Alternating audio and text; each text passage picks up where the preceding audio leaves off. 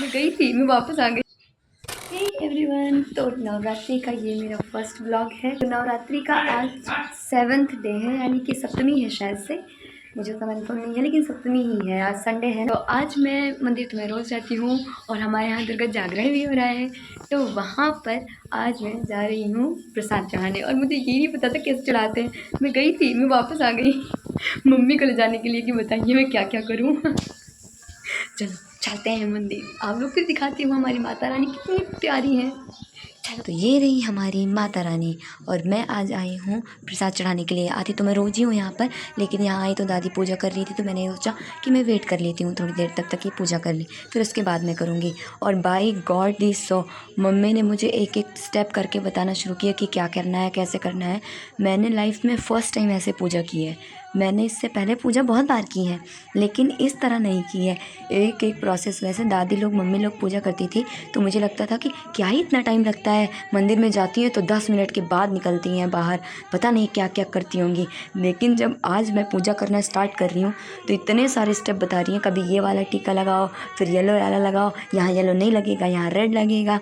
मतलब मुझे लगा कि हाँ, ये भी एक टफ काम है जो मैं अभी नहीं कर सकती। इसीलिए एक बार आने के बाद मैं भाग के गई घर वापस मम्मी को बुलाने के लिए कि चलो मुझे बताओ करना क्या है वहाँ पर, कैसे प्रसाद चढ़ाऊँ। इतने सारे प्रोसेस और सिस्टम देखने और समझने के बाद मुझे सच में ये रियलाइज़ हुआ लास्ट में कि it's really a big task for me specially. ये मंदिर हमारे गांव का है, यानी कि गांव में जो एक सबके गांव में कॉमन मंदिर होता है काली माता का, वही है। वहाँ पर ही हम लोग दुर्गा जागरण मनाते हैं। फाइनली 10-15 मिनट के बाद मेरी पूजा ख़त्म हुई, तो फिर मैंने प्रसाद बांटा। मम्मी ने कहा कि यहीं बहुत सारे बच्चे हैं, बच्चों को ही प्रसाद दे दो।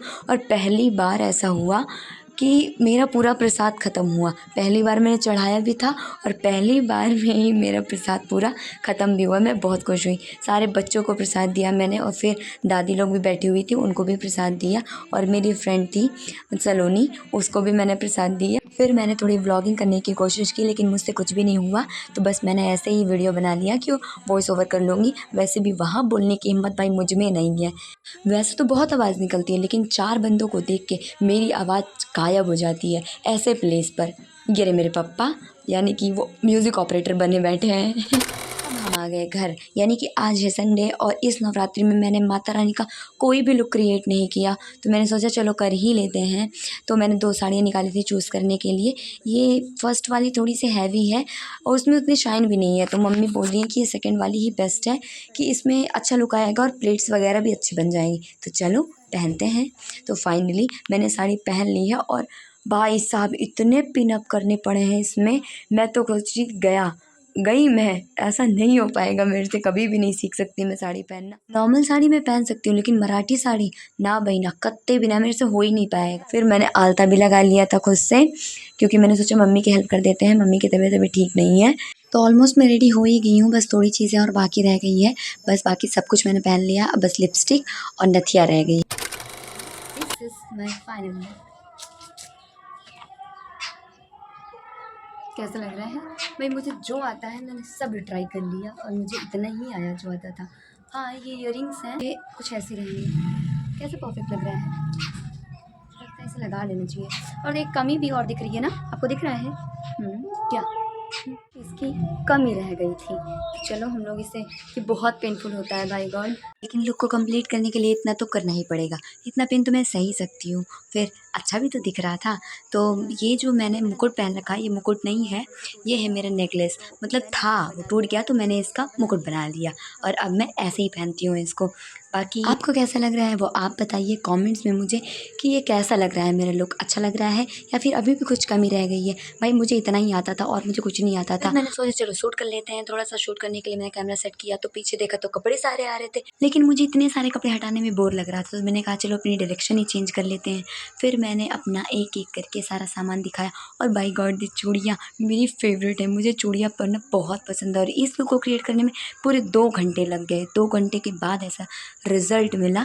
हाँ, जो भी था अच्छा था। फिर मैंने लेफ्ट से राइट से घूम घूम कर अपना फेस दिखाया कि मैं कैसी दिख रही हूँ, मेरा लुक कैसा लग रहा है, और मेरा आलता वाओ कितना ब्यूटीफुल लग रहा है। And finally it's time to change our look. चलो सारी ज्वेलरीज निकालते हैं, और कुछ बच्चों को मुझे डांस भी सिखाना है। वैसे सिखाना कुछ ज़्यादा है नहीं, वो लोग पहले से ही सब कुछ सीख रखी हैं, बस देखना है। As I told you before कि मुझे चूड़ियाँ बहुत पसंद है, लेकिन मैं उतना पहनती नहीं। कांच की चूड़ियों से भाई मैं बहुत दूर रहती हूँ। मैं जब छोटी सी थी तो कांच की चूड़ियाँ मैं बहुत पहनती थी, मतलब चूड़ी वाली आती थी आंटी। बट एक बार नई नई चूड़ियाँ पहनने के चक्कर में मैं जल्दी से उतार रही थी और इतना बड़ा निशान लगा भाई, इतना खून निकला कि मैंने कहा मैं आज के बाद कभी नहीं पहनूंगी। लेकिन अभी भी पसंद बहुत है। से आज तक मैं कांच की चूड़ियों से कोसों दूर रहती हूँ। हाँ, और बाकी चूड़ियाँ हैं वो मैं पहनती हूँ। तो यही है 2 छोटी-छोटी परियां जो डांस सीखने आई थी, लेकिन मैं सिखा नहीं पाई, बस मैं एक्टिंग देखी। शाम हो गई, बाय गॉड ये कौन सी बात होगी, पापा पूजा कर रहे हैं आज, वाह। तो फाइनली अब शुरू होता है धमाकेदार प्रोग्राम्स। हमारे यहाँ माता रानी के पंडाल में आरती हो चुकी है।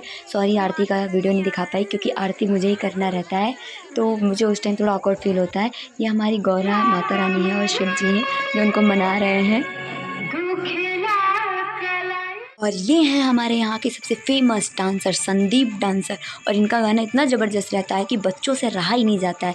इनके डांस पे कूद कूद के अपना परफॉर्मेंस दिखाते हैं। अभी से ही अपने भैया से ट्रेनिंग ले रहे हैं डांस की। फिर शुरू होता है धमाकेदार परफॉर्मेंस जिसको सुनकर बच्चे ही क्या बूढ़े भी एकदम झूमने लगते हैं। ये थे हमारे यहाँ के शिखर डांसर। हमारे यहाँ कुछ डांसर बहुत फेमस हैं और ये हैं हमारे भक्तजन और हम हमारी सहेलियाँ। अब बारी है हमारी प्यारी सी पीहू गुड़िया रानी की।